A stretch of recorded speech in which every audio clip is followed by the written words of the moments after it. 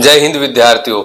मैं Rohitas Chauhan IGNOU study centre 2281 निर्माण campus सुना में आप सभी विद्यार्थियों का भव्य स्वागत करता हूं। दोस्तों, उम्मीद करता हूं कि आप सभी अपने घर होंगे, स्वस्थ होंगे। इससे पहले के अध्याय में दोस्तों हमने 2 यूनिट देख चुके हैं, यूनिट नंबर 2 और यूनिट नंबर 5, है ना। पहली यूनिट में जो बेसिकली जो दिया गया था वो सिकंदर लोदी, इब्राहिम लोदी और थोड़ा बाबर के प्रारंभिक आगमन के बारे में था। उसके बाद वाली यूनिट जो हमने देखी, विशेष तौर पे उसमें जो चर्चा की गई थी दोस्तों, वो मुख्यतः जो उसमें मेंशन किया गया था वो बाबर और हुमायूं, इन दोनों शासकों को उसमें मेंशन किया गया था। और बाबरनामा के बारे में उसमें चर्चा हुई थी कि बाबरनामा में क्या चीज वर्णित है और क्या हमें पढ़ना चाहिए एग्जाम के ओरिएंटेड। ठीक है दोस्तों, हुमायूं के बारे में जाना कि हुमायूं की पराजय के पीछे क्या कारण रहे थे, क्यों पराजित हुआ था हुमायूं, और भाइयों को साम्राज्य विभाजन जो करना पड़ा तो भाइयों से क्या टकराव हुए, कहां कहां पे भाइयों के साथ क्या क्या लड़ाइयां लड़ी गई, या फिर उसके बाद अफगान वंश के द्वारा यानी कि शेरशाह सूरी के द्वारा हुमायूं की 2 पराजय, मुख्यतः चौसा का युद्ध और कन्नौज का युद्ध, हमने उसमें अच्छे तरीके से दोस्तों जाना था। ठीक है, तो आज की उसी कड़ी में हम कंटिन्यू अपनी सीरीज को करते हैं। आज यूनिट नंबर 6 दोस्तों, यानी कि कोर्स कोड, जो अपना कोर्स कोड है EHI4, उसकी यूनिट नंबर 6 को यहाँ पे आज मेंशन करते हैं दोस्तों। ठीक है, यूनिट नंबर 6 के अंदर क्या चीज है, क्या बातें हैं यहाँ पे, क्या सिलेबस के अंदर है, ये चीजें सबसे पहले पता होनी चाहिए। तभी अपने किसी भी पॉइंट को हम पढ़ते हैं दोस्तों, तब सबसे पहले उसकी पूरी की पूरी समरी एक बार थोड़ा ये पता लग जाए कि यहाँ से ये पूछा जाता है, तो बहुत अच्छे से आप उसको रीड कर सकते हैं दोस्तों। तो इसमें क्या है, इसमें जो दिया गया है मुगल साम्राज्य का विस्तारवादी नीति दी गई है। विस्तार कैसे हुआ है ना, 1526 से लेके और 1707 तक। विशेष तौर पे इसमें हम जो पढ़ेंगे 1556 से पढ़ेंगे। क्यों पढ़ेंगे 1556 से?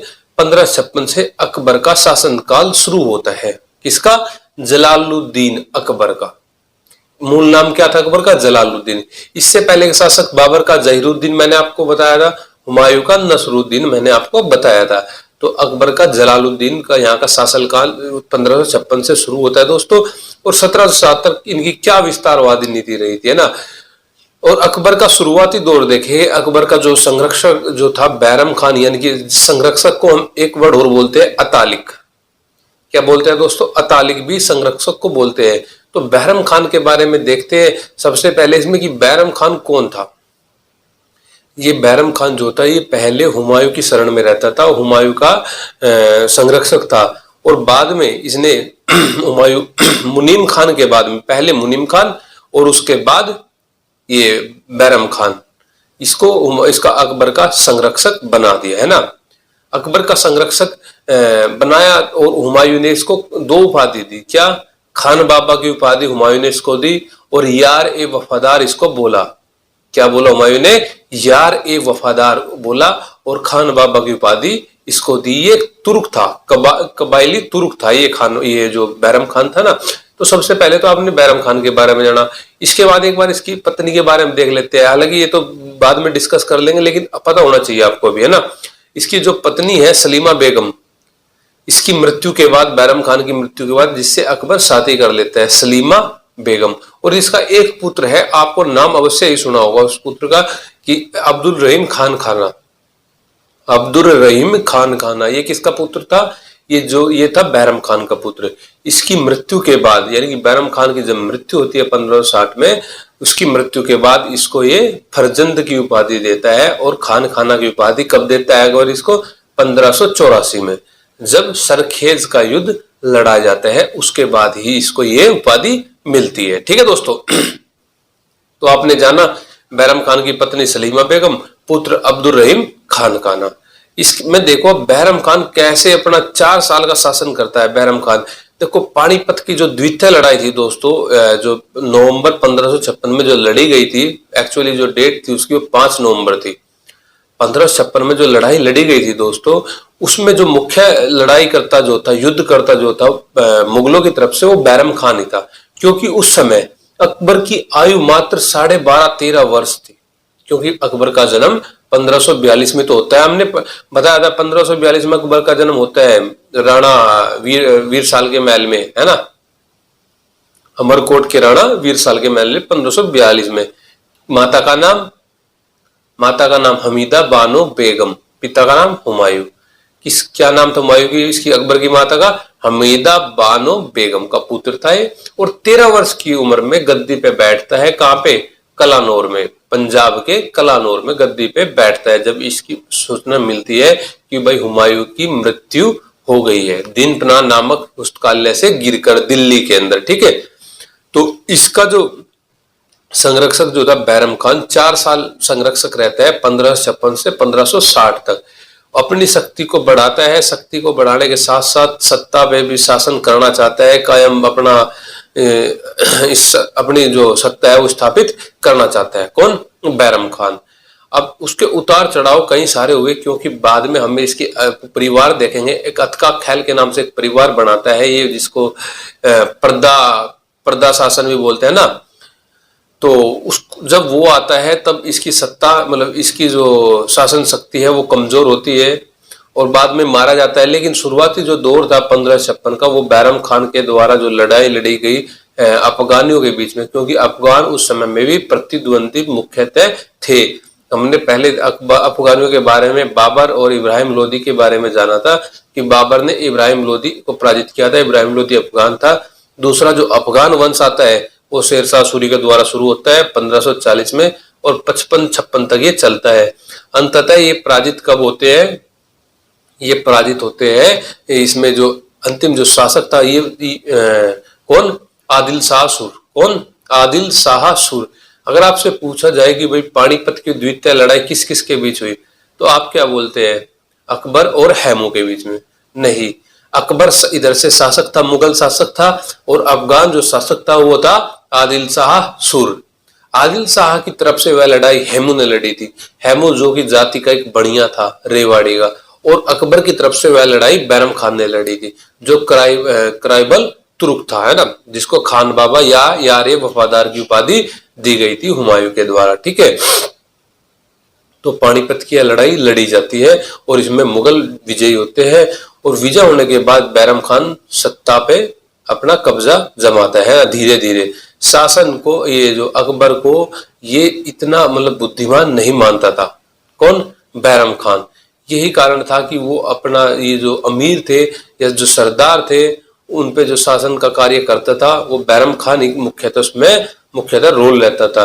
लेकिन कुछ समय बाद अकबर को लगने लगा कि अब इनसे पीछा छुड़वाया जाए, तो कई सारे उसने कार्य किए। भाई इनको सरदारों को अपनी तरफ मिलाया, मुनीमों को अपनी तरफ मिलाया, है ना। और जो ये पर्दा शासन के अंतर्गत हम देखते हैं, भाई पर्दा शासन में आप विशेष तौर पर नाम सुनते हैं महामनगा का। महामनगा जो इसकी धाई माँ थी, या फिर जीजी अनगा का आप नाम सुनते हैं जिसने अकबर को दूध पिलाया था, या फिर इस एक शमसुद्दीन अतगा खान का नाम सुनते हैं, या इसके अलावा फिर आप पीर मोहम्मद या और आदम खान का नाम सुनते हैं। तो जो इसकी माता हमीदा बानो बेगम थी, तो ये उसकी पूरी की पूरी एक परिवार था, अतका ख्याल परिवार था, है ना। और ये इन्होंने इनकी जब शक्ति बढ़ने लगी तो बैरम खान की शक्ति कमजोर होती चली गई। ठीक है, तो इनकी बातें मानने लगा अकबर।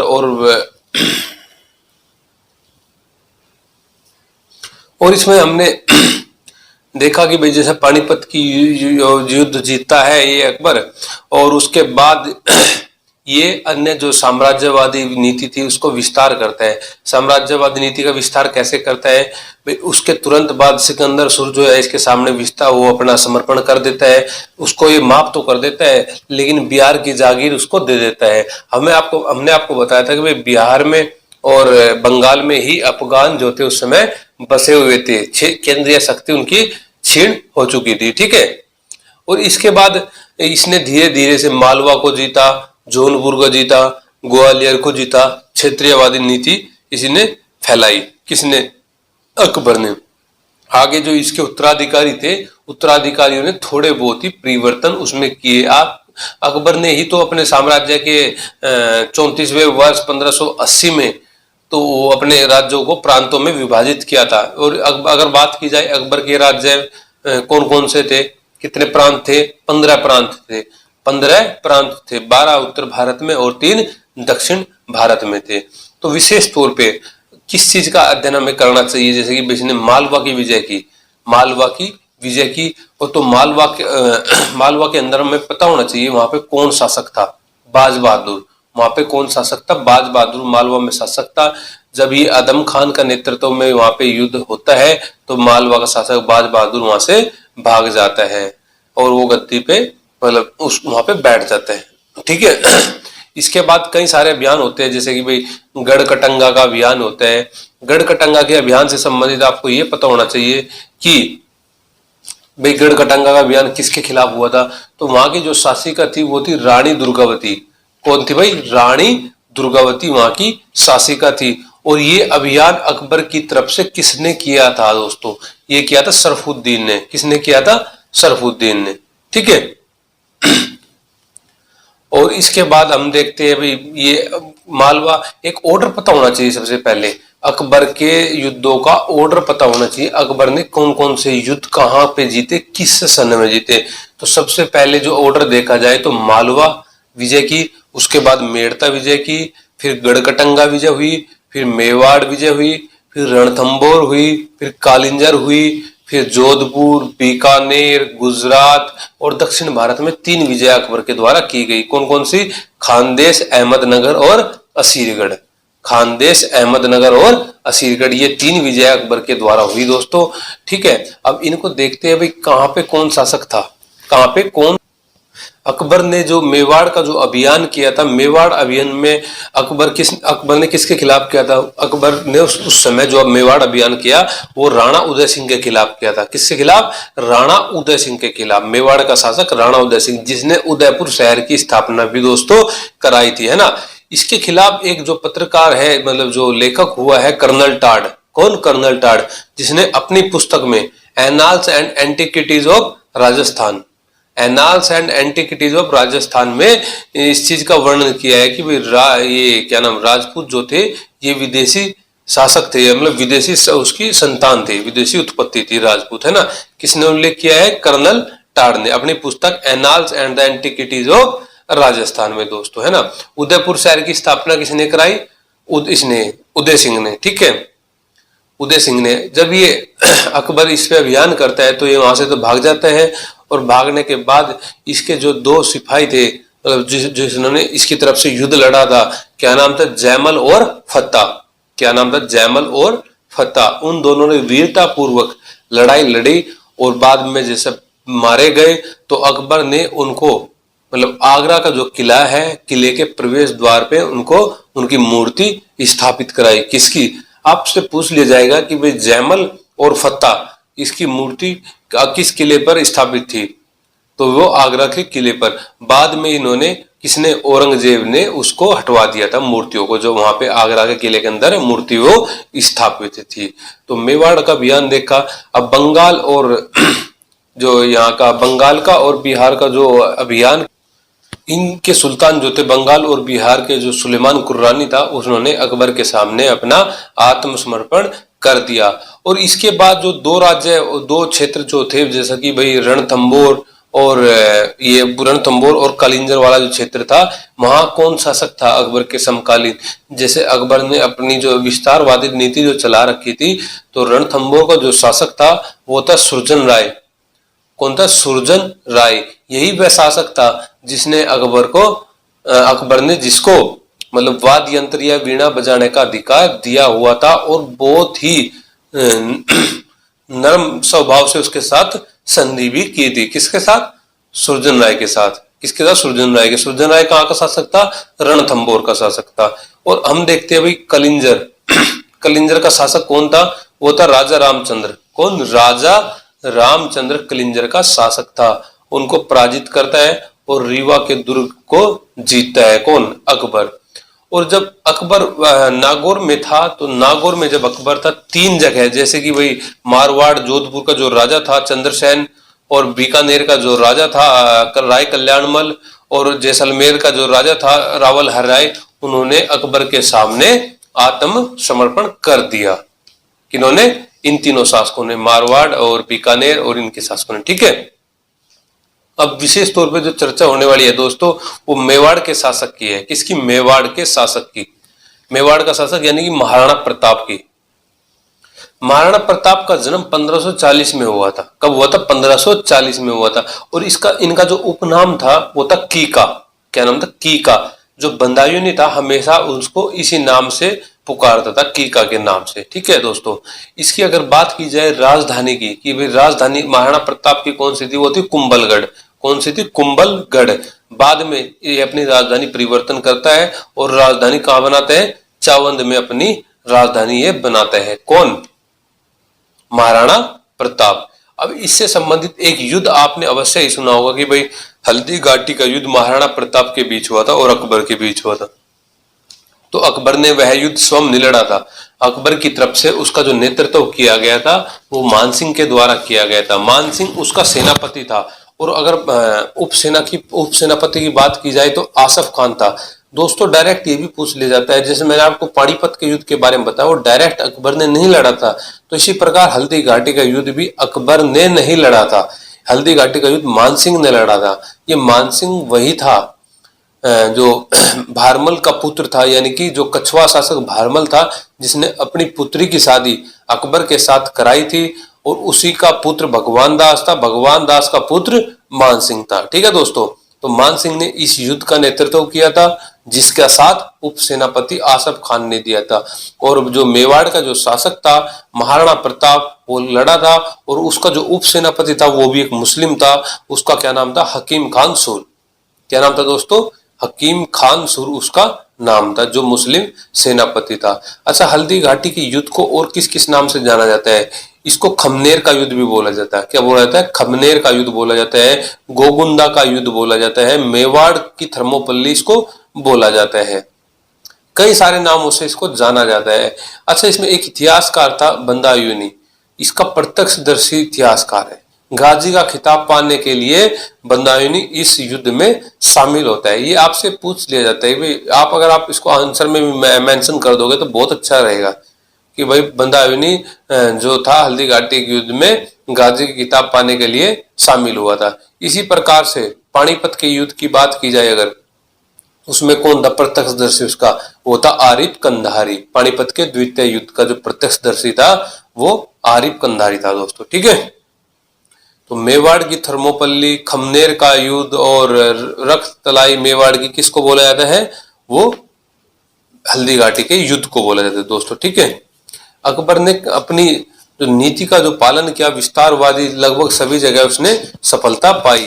एक 1581 को छोड़कर 1581 का जो संकट का वर्ष अकबर को बोला जाता है। संकट का वर्ष अकबर को का बोला जाता है 1581 वाला, है ना।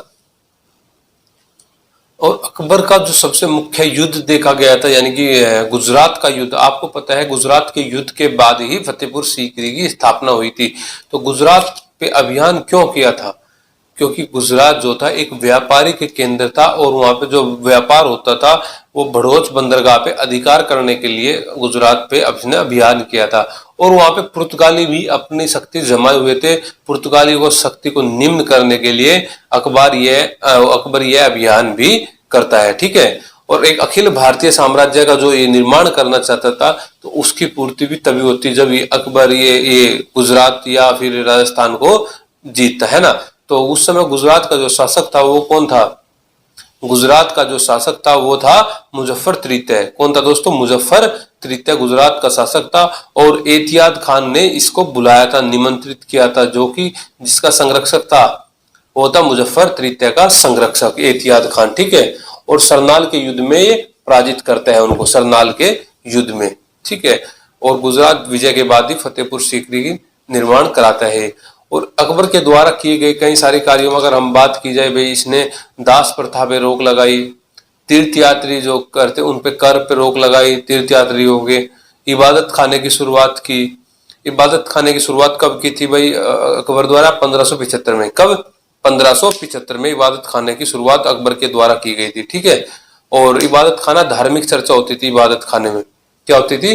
धार्मिक चर्चा इबादत खाने में होती थी।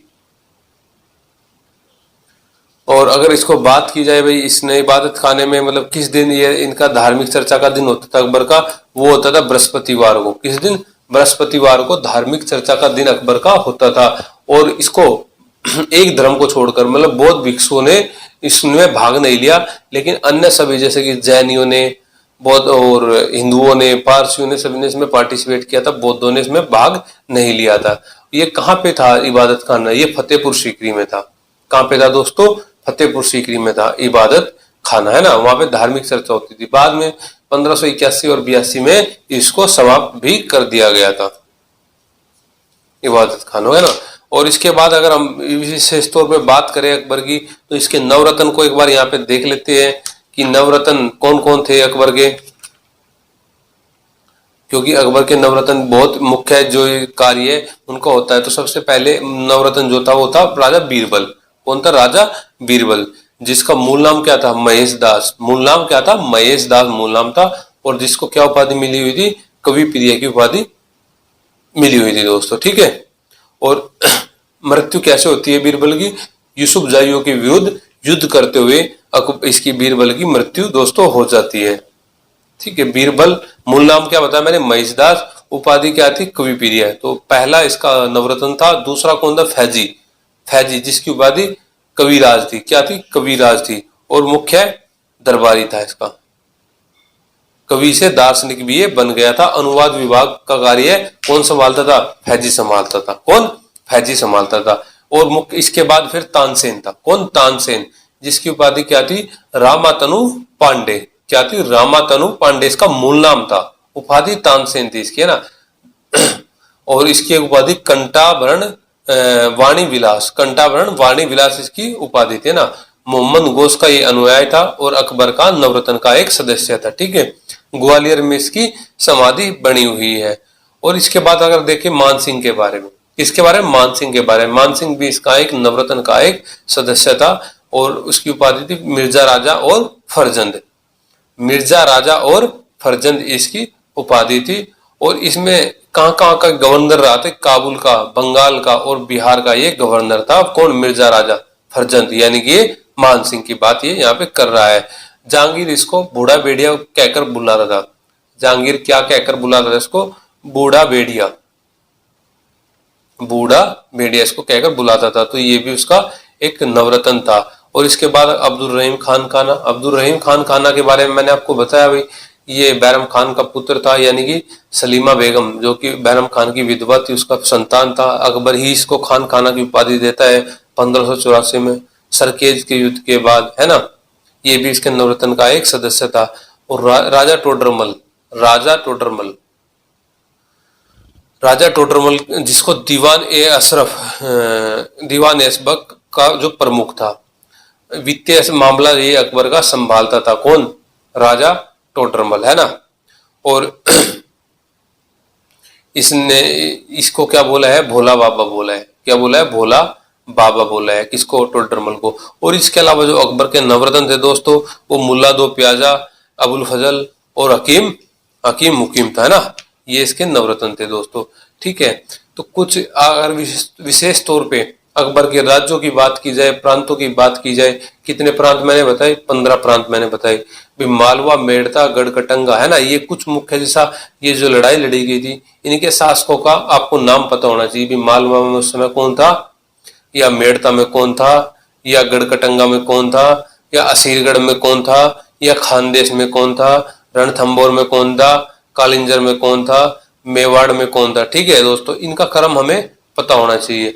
तो डेली हम मतलब एक यूनिट पे हम चर्चा कर रहे हैं दोस्तों। आपको लेक्चर कैसा लग रहा है आप कमेंट बॉक्स में जरूर डालिए दोस्तों। अगर लेक्चर से आपको अगर सेटिस्फेक्शन मिल रही है दोस्तों, ठीक है। तो मिलते हैं इसी क्रम में नेक्स्ट लेक्चर में दोस्तों। तब तक के लिए शुक्रिया।